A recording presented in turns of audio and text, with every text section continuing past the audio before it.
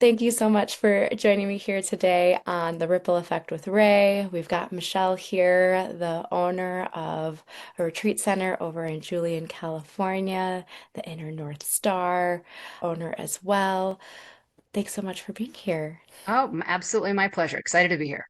Thank you. So tell me, Michelle, we spoke about this before, but owning, operating, starting a retreat center is not an easy undertaking. So, what sparked it? What is your why? How did you get started? That's a good question. And I know not the question you're asking, but I'm going to follow it up with the amount of times that people say, oh my gosh, one day I'm going to own my own retreat center. Okay. So I am a big believer of mentorship. Before you do anything that is going to be an investment of time or money, chat with someone who is doing the exact thing you want to do and ask them, hey, what are all the questions I may not be asking? What are all the things I should be considering? Sure wish I would have done that.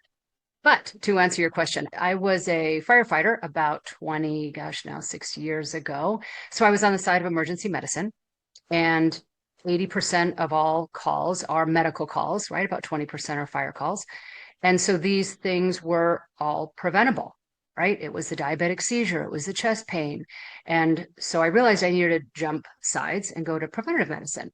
And I was in private practice for about 10 years. And always, the whole 10 years, I thought, if I could pluck you out of your life and put you somewhere not with your normal surroundings, not your day job, not your current spouse or significant other, not your friends, not any of your environment, so that you have the time and space to reflect and really think about the life you've created. Is it actually working? Which is very hard to do. Reflect on your life while you're currently being busy in your life. So that was always a goal of mine. And that is truly the only reason, was to give people a place to step out of their life to reflect on it, because that's where significant change is going to happen. That took me another 10 years of searching. I looked all over Southern California, Central California, North. I'm a California girl. People are probably going, why you should have broadened your horizons there.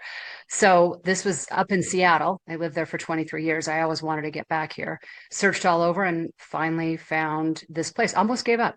Finally found this place. So 20 acres on a mountaintop, and it fit the box of what I said, creating a space for people to reflect on their life, but should have got a mentor because it is far more work than what I ever would have imagined. So that's another thing. When someone says, oh my gosh, 20 acres, I wish I had 20 acres. Good. Come spend a week with me and let's see if you still feel them. It's a lot. It's a lot. It sounds like a dream. I think that's the thing that people fall in love with, right? Like 20 acres on a mountaintop, right? That sounds like everyone's dream to just Yeah. be in nature and far away from everything. Maybe not everyone's dream, but you're speaking to me, who is like a yogi meditation teacher outside of the whole AI marketing thing. But yeah, like it's just this beautiful. I think a lot of us sometimes lose touch with this idea of nature. We You're just absolutely right. And we there have been just in the last year alone, the amount of studies published on the impact, the negative impact on your overall health, not being in nature, not being around trees and clean air and your feet on the ground, truly does have a very negative impact for all of my friends that live in LA that never leave. It's detrimental. And yes, you're absolutely right. It's not only a dream and a lovely space and place to be, but I do believe, and I'm not just saying that as a retreat owner, but it's imperative for your health. Schedule time in nature. That could be the beach, walking on a trail, whatever it is. But I would definitely have a lot of time scheduled getting into nature just for your own well-being, regardless of whatever else you're doing in life. Absolutely. So many studies talk about even, I think we used to talk about grounding and it was this like new agey thing. And you're like, no, you actually do need to like touch grass and ground and actually be connected with the earth. Like that's what we're supposed, that's our innate need. So It is. like going into the next question, say, what have you personally been noticing, even whether it's been with the guests that you host or just what you're seeing in the industry? What sort of trends have you been seeing? I think the biggest trend that has taken place probably since COVID, and Airbnb jumped on this. I officially finally launched their whole new, they were dabbling with it for a while, but that's experiences Yeah. that people aren't just that even if you're going on vacation to Spain or wherever it is you're going to, is that people are trying to find out, hey, while I'm there, I don't just want to sit by the pool all day. What are the little experiences that I can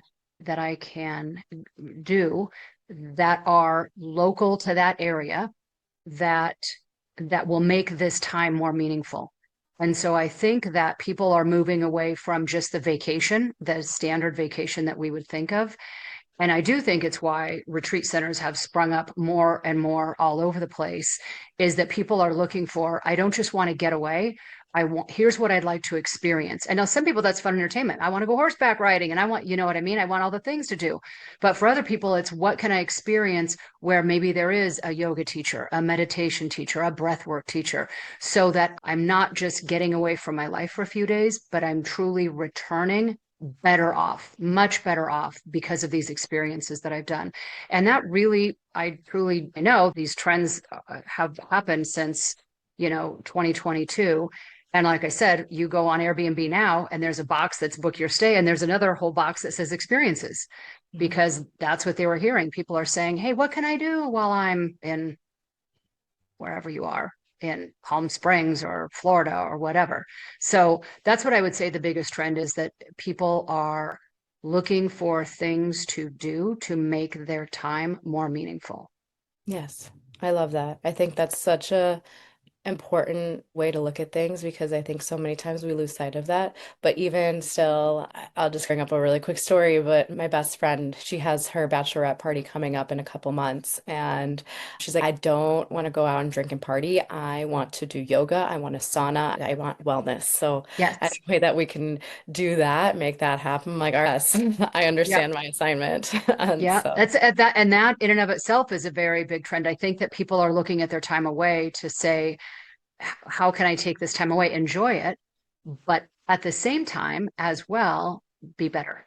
How can I improve my overall health and well-being? And what a great thing to share that with your friends. yes, exactly. Yep. Exactly. And that's what I think is so beautiful about retreat. And I think the reason that they're becoming so much more popular. Tell me a little bit more about the retreats, the types of retreats that you host at your center.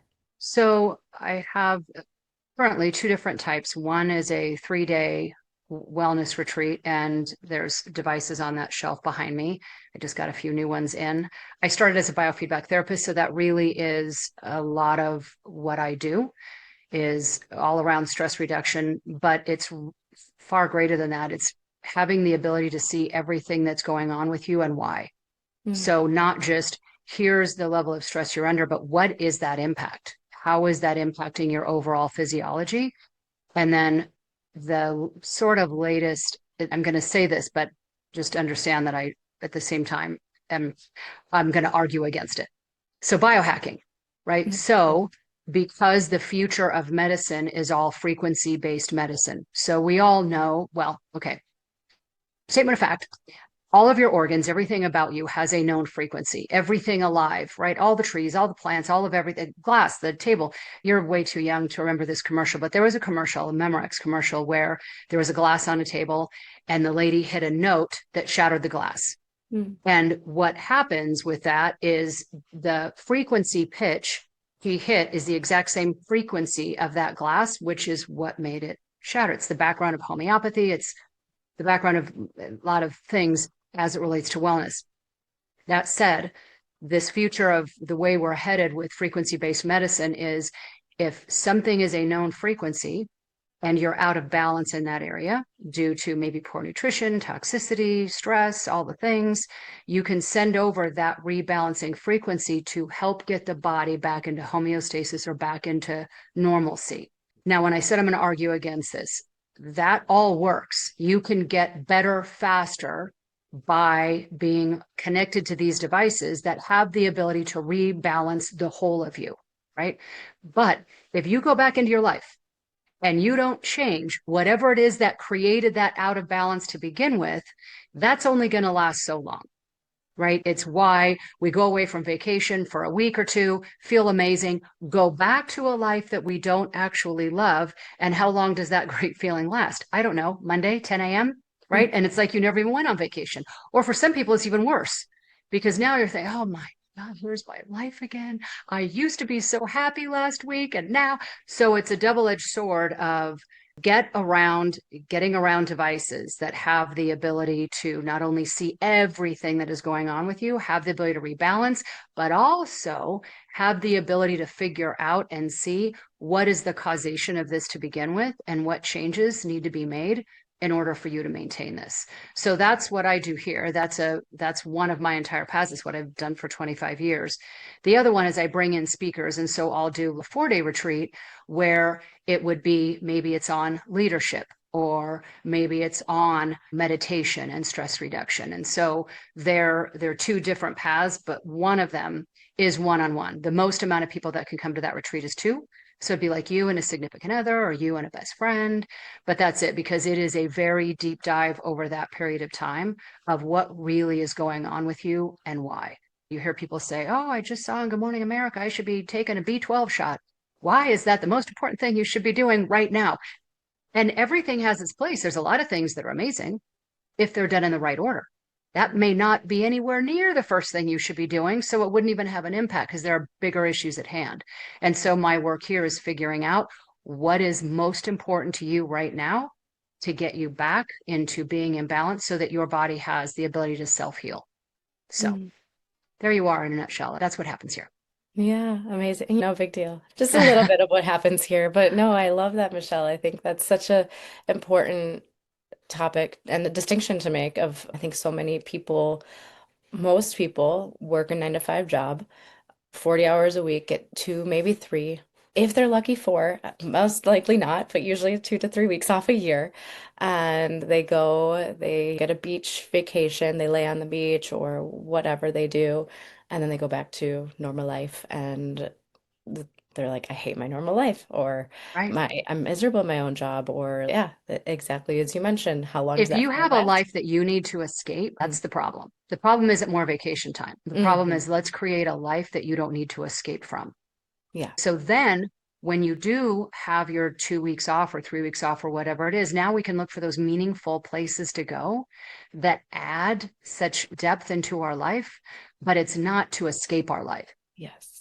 Right, is just such a massive difference. And so let me just also add about the retreat center. So not only is all that, but then we also have an outdoor far infrared sauna, outdoor shower, cold plunge, hot tub. So everything here is designed, lots of trails, guided meditation is designed to get you back into balance and then create a plan for you to maintain that. So just as Mm. that tag on as I'm looking out the window going, oh, okay, there's a few more things sitting around here on the property, but Yeah, besides absolutely. just Please share wizardry. anything and everything of So what all you have to things. offer. Exactly. Because I want more people to know that you exist, that you're out there. Because we need more. There's not, and I think we get this idea that, oh, the wellness market is saturated, or there's so many healers out there, there's so many meditation teachers, there's so many whatever, you fill in the blank. But there's so many more people that need healing than there are actually practitioners if you really think about it. And Correct. so same thing with retreats. We can sit there and say, oh, so many retreat centers are popping up and this and that, but it's like, no, there's so many people that need you, need your medicine, need your healing, or need a space to be able to heal themselves, to really, and so it's the right people will find you. Right. The right people who are searching for that will find your space, or the right people who are searching for something else will find that space. So it's just really knowing that piece of it. And I think that was something I remember when I was really full on into my own healing practice, which never stops, but also as a healer as well, or practitioner.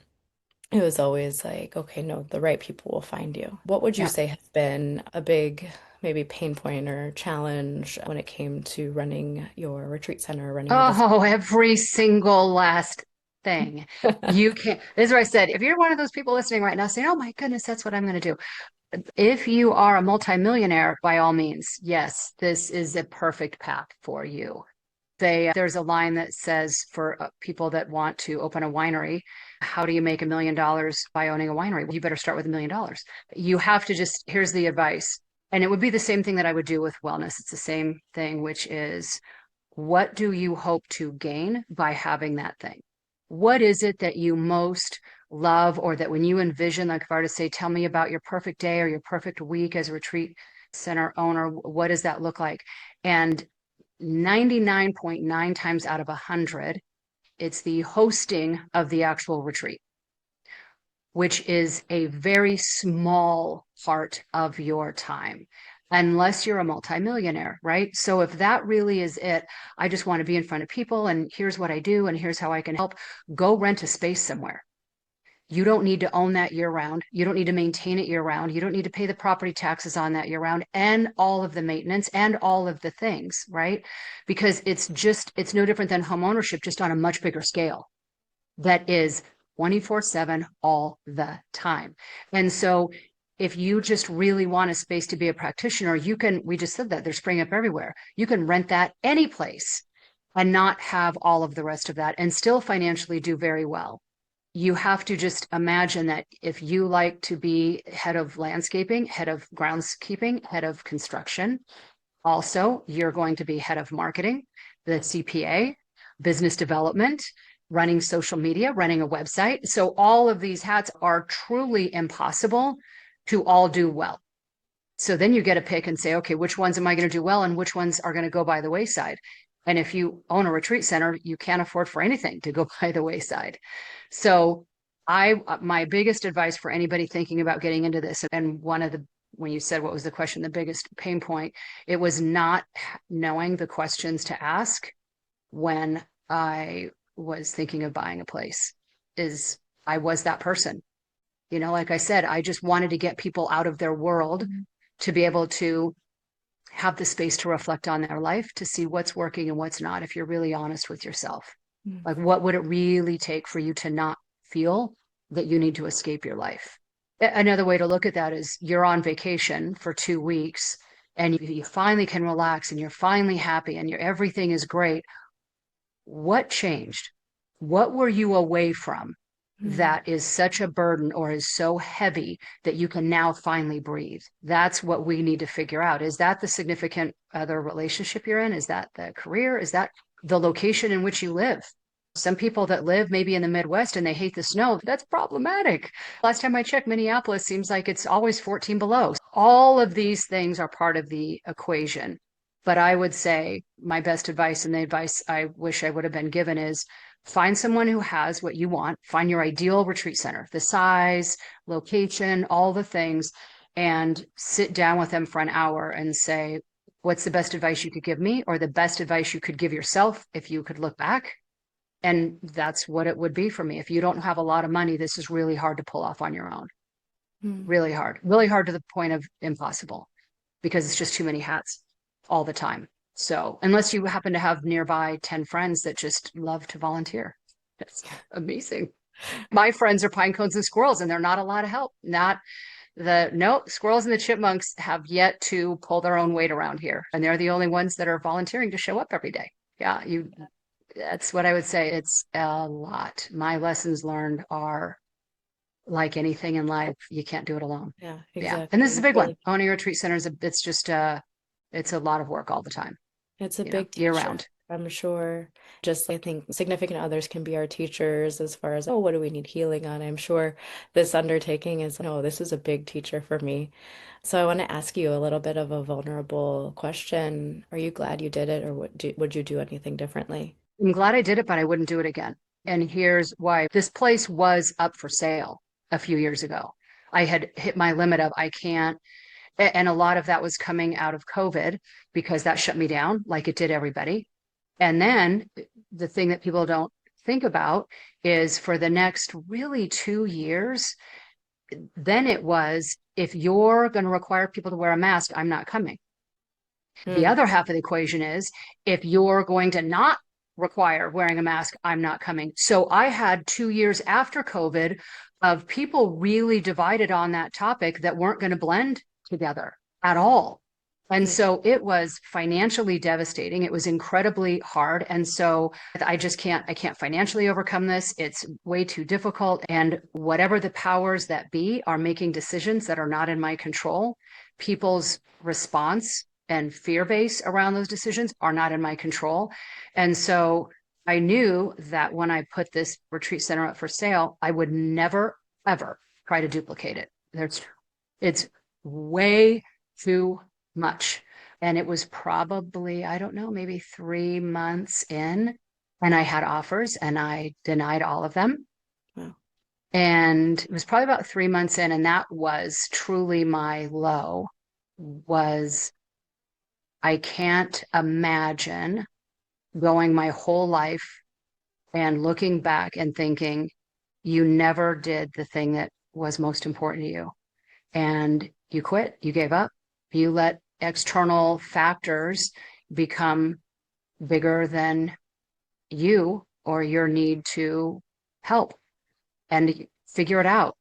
And so it got pulled off the market, and that was big for me. It was also very helpful for me in working with people and understanding how important it is to have a vision for your life and know why you're here to contribute and to what degree are you living into that every day, because that's your alignment, that's your fulfillment of contribution, which at the end of the day, that's why we're all here, is to what degree every day, not 1 week a year or not volunteering 8 hours a year, but to what degree are you getting fulfillment from living the true purpose of your life? Mm. And that one was the biggest one for me, was how significant that is. I saw how significant that was for me and how detrimental it is if you don't have any idea what that is. We got to get that figured out. For people that feel like they don't have a fulfilling life, I will tell you that's probably the main reason why. Indigenous tribes look at all illness of any kind is all comes down to a spiritual problem. It's not a physical problem. It's not a medical problem. It's a spiritual problem. And this is their belief, is that this spiritual out of alignment comes from not living into the truth of who you are and why you're here in this lifetime. And Wow. so to discount that is crazy. It's why we see billionaires sell their companies and sadly commit suicide, right? Sit back and say, why am I here? I did all this and it had no meaning. I made all this money and who cares? What does this have to do with anything? And so let's get ahead of that. Turning 40 or 50 or 60 and feeling like none of this matters is to step back and say, let's figure out right now what matters to you and why, and how we can best align the life that you have into that until that's fully the life that you have, not just part of the time or some of the time, but all of the time. And I believe that's possible for everybody. So, yes, that was a very hard and difficult time. And any business owner through COVID, I know, knows that was a very challenging time. Thank Yes. Exactly. Especially if you had some sort of like in-person component or some sort of shop or store or whatever it is. That was definitely not an easy time. And yeah, you see a lot of businesses that never recovered from it. So that's incredible that you were just like almost at that breaking point, maybe breaking point or rock bottom, whatever you want to call it, and said to yourself, no, I'm going to keep going. I really trust and believe in this process, and I know how many people can benefit from this. Everyone deserves to have a life that they don't need to escape from. So I love that so much. And what would you say is future vision for Michelle, the retreat center? Where do you hope to see yourself in the next 6, 12 months, maybe even a couple of years from now? 6, 12 months more of the same. So that part won't change. It's just getting the word out so that more people can come through here during the months that we're open. We're not open year round because we do get snow here, even though we're an hour from San Diego. We're still up in the mountains. So we're open spring, summer, early fall. So more of that, but farther on down the road, let's go out maybe 4 or 5 years, is international retreats. So I'd like to be doing this exact thing, but in Italy. Really, that's where I'd love to wind up. But yes, Italy, Spain, Portugal, I would love to be doing these things probably once a quarter internationally. That's the ultimate goal. Amazing. Amazing. Anything else you'd like to leave our listeners with? Any last closing thoughts or any inner North Star thoughts? Best advice. My best advice is that in the order of things, I referenced this before, that everything has a specific order. The number one, above and beyond every single thing else, meditation, breath work, I'm going to check my mitochondria, I'm going to go get blood work, whatever it is, all of the things, amazing, in the right order. Number one, stress reduction. If you're under stress at all, your ability to even make a decision is so diminished. Your ability to take in new information, so diminished. Your body's ability to take in whatever that therapy is and have it actually work is so diminished. So, whatever it is that you feel called to do or you feel resonates with you, there's heart math. Look into that. It's just a device that's on your phone that teaches you or shows you not just how to breathe, but most importantly, your body's biological response to the thoughts you're thinking, the way that you're breathing, so that, oh, this actually internally is having me calm down. I'm actually relaxing now. So whatever methodology you can do, and I'll tell you, the way you know the thing is working over a period of time is watch your reaction slash response to things. Over time, when you know, oh, that thing used to really bother me, or I used to get an email and I just, oh, I'm going to fire back, or social media. And then over time, you realize, wow, that's so funny. That used to get to me and it just doesn't anymore. That's your own internal biofeedback to say, good, things are coming down a few pegs. If we're operating at life between 9 and 10, it's just not going to work. Nothing you do, I don't care what spaghetti you want to throw at a wall, it's never going to stick. It's just not. So number one, I would say if you're planning on, what's gonna change the game for me in 2026, find what works for you in stress reduction as a way of life. Not every here and there, but as a way of being, that you have a way to move through life more calmly, not where the meter is pegged at 10 so easily all the time, so triggered. And that will allow, like I said, better decision making, better metabolism, better sleep, better relationships, better immune system. The list goes on. So that one, I would say, of the one thing that if anybody's listening, of what matters more than anything else you could try to do is figure out how to get your autonomic nervous system balanced as a way of being, not for a weekend. So Yeah. that would be my best advice for sure. Yeah, thank you, Michelle. And I think the way you said that too is find that thing that works for you. Not everything, not taking the vitamin B12 shot is not necessarily going to be the thing, right? But just find that thing that works for you and do that. Practice that. Do Yeah. that. And then watch how you move through life. Your biggest indicator, people will say, is something going on? You seem happier. I don't know, you seem more zen, you seem more calm, you don't just seem to be so freaked out all the time. And if it's making a difference, if it's working, if that thing is really working for you, I promise you, with my life, people will notice. The people closest to you will notice. So I don't think there's anything more important that you could do with your life than take a breath, find what works, and have that stress level reduced as a way of life. That would be it. Amazing. Thank you so much, Michelle. This was such a fun episode. So wonderful to get to hear your insights. You can find her at innernorthstar.com. I'll include all of the links in the show notes. And thank you again. Find her in Julian, California for those retreats as well. Yes. And so of the things changing, let me tell you this about that. So that website is going away. So it now is just my name. So it's michelledutro.com. If you went to Inner North Star, it's just going to be repointed over to michelledutro.com. So that's really because also my free time is as a web designer. Yes, it's all things. But yes, that is actually the current and future of everything that is going on, all the retreats coming up. I too have a podcast that's there. I have books that are on Amazon. So every single thing that is going on in Michelle's world, you can find there. to include the retreat center. So you're not gonna miss anything. So thank you. And thank you Thank you. for saying that. I appreciate that very much. Absolutely. Absolutely. I'm excited to hear what our listeners have to say about today's episode. Thank you again. All right. Thank you. Have a great day.